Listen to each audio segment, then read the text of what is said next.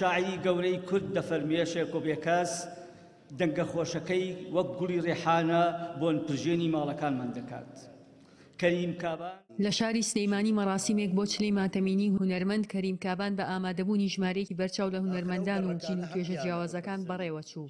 هونەرمەندان باز لە کاریگەری مەرگی کەریم کابان دەکەن بەسەر هونەری کوردیەوە. چەندین کە لە هونەرمەندی پێش کەریم کابانمان لەدەستداوە وەکو مامەسا حەمەد ساڵح دیلان و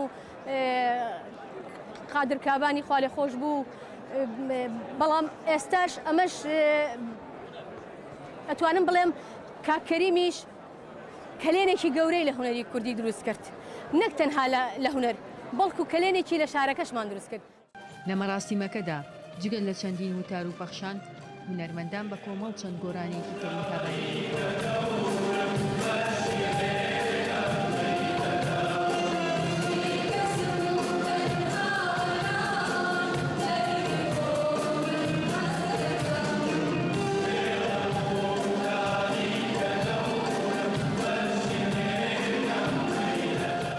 هەرچەندە هونەرمەند کەریم کابان لە ڕووی ژمارەوە بەرهەمەکانی کەم بووە، بەڵام هونەرمەندان بەبایەخەوە باز لە تایبەتمەندی هونەری گۆرانی وتن دەکەن لای ئەو هونەرمەندە.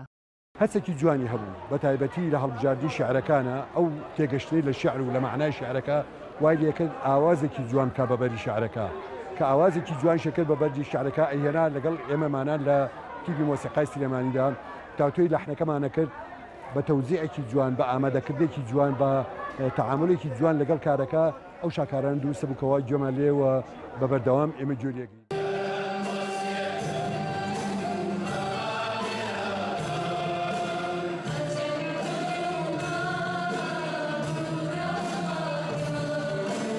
کەریم ئەتوانم بڵێم وەک گۆرانی بێجێک کۆمەڵی زۆر مواسەفاتی جوانی دابێت، وەکو ئاوازدانەرێکی باش، وەکو مؤەدیەکی باش و هەروەها وەکو ئەوەی کە زۆر بە جوانی اختیاری شعرەکانەکە بۆ دانانی ئەو میلۆدیانەی کە وتوێتەوە. هەندێک لە هونەرمەندانیش ئەوە ناشارنەوە کە هونەرمەند تا لە ژیاندا بێت بەو جۆرەی دوای مردنی گرنگی پێ نادرێت.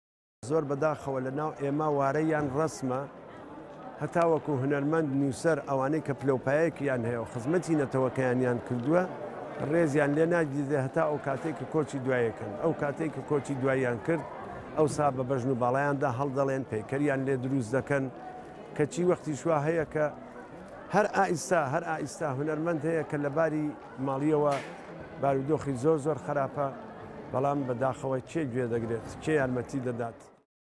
هونەرمەند کەریم کابان لە ساڵی 1927 لە شاری سلەیمانی لەدایک بووە و پاش نزیکەی 3 چارەکە سەدە لە خزمەتکردن بە هونەری کوردی ڕۆژی 14 ساڵی 2016 لە نەخۆشخانەی شار لە سلەیمانی کۆچی دوایی کرد. ژیار محەممەد، دەنگی ئەمریکا، سلێمانی.